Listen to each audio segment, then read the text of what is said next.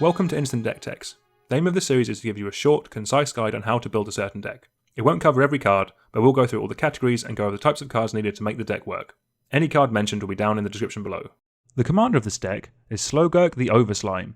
It is 1 green-blue for a 3/3 legendary creature Ooze. It has Trample, and whenever a land card is put into your graveyard from anywhere, put a +1/+1 counter on Slogurk. You can remove 3 +1/+1 counters from Slogurk to return it to its owner's hand. When Slogurk leaves the battlefield, return up to 3 target land cards from your graveyard to your hand. This is going to be a graveyard-based lands deck. We'll be using the graveyard as a resource, which we'll get value from when we discard, sacrifice, or mill lands into it, as we can easily return lands from our graveyard to our hand with Slogurk. We'll also be playing cards that allow us to play multiple lands per turn, creating value from cards that care about landfall. The first part of the deck we're going to go over is the lands package. This will make up a good chunk of the deck, as it's the engine we'll use to power us through to a win. What we're trying to do is to play multiple lands per turn, which we can sacrifice and replay from our graveyard over and over again. To do this, first we need cards that let us play multiple lands per turn. Some of these will be the more pricier cards in the deck, however it only takes a reprint or two to bring the cost down, similar to how Azusa is pretty reasonably priced nowadays. Druid Class especially is a really nice budget include that's just been printed.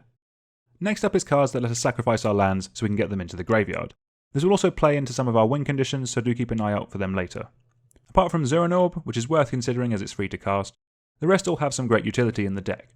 Crop Rotation and Elvish Reclaimer can tutor up any land that we want. Sylvan Safekeeper can protect an important creature from targeted removal, and then Roiling Regrowth, Harrow, Springbloom Druid and Dreamscape Artist double up as ramp as well.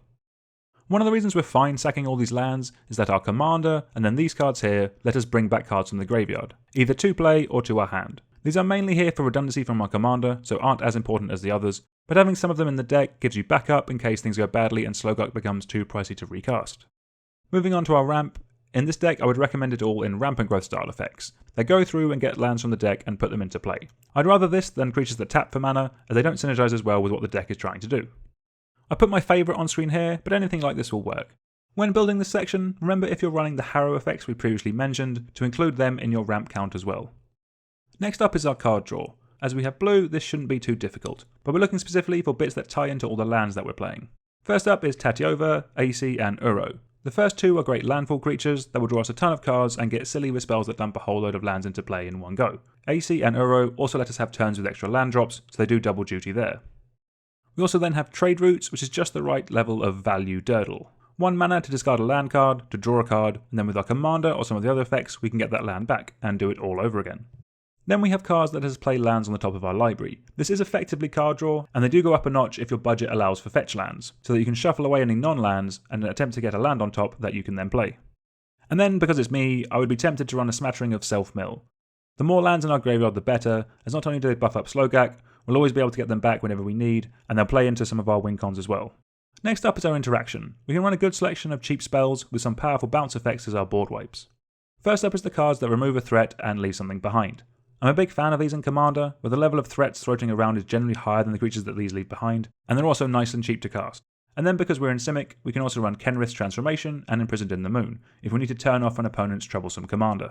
For board wipes, I would look to something like Whelming Wave and Evacuation.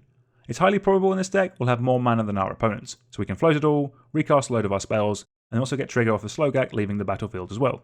Moving on to our protection, as our commander could very well get huge with all the lands we're moving around, Greaves and Boots could be solid includes.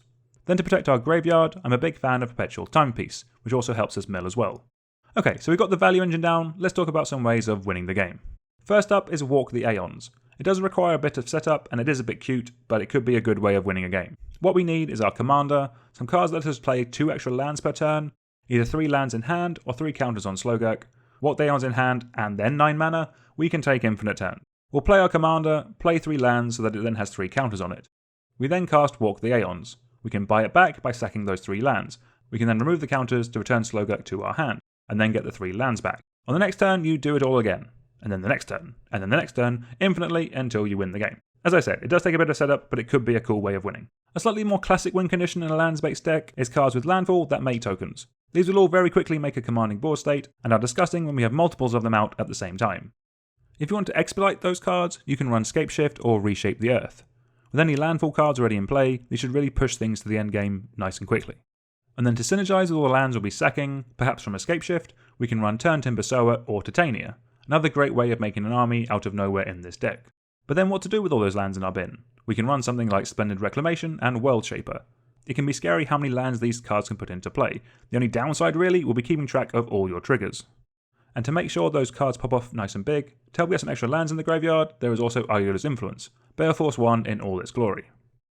Rounding off the deck with our utility lands, one benefit of this strategy is that we can run a much higher number of these than usual, as we can often get them back and use their effects over and over again. First up is the cycling lands, which can help fix our draws and put themselves in the bin, ready for us to replay later.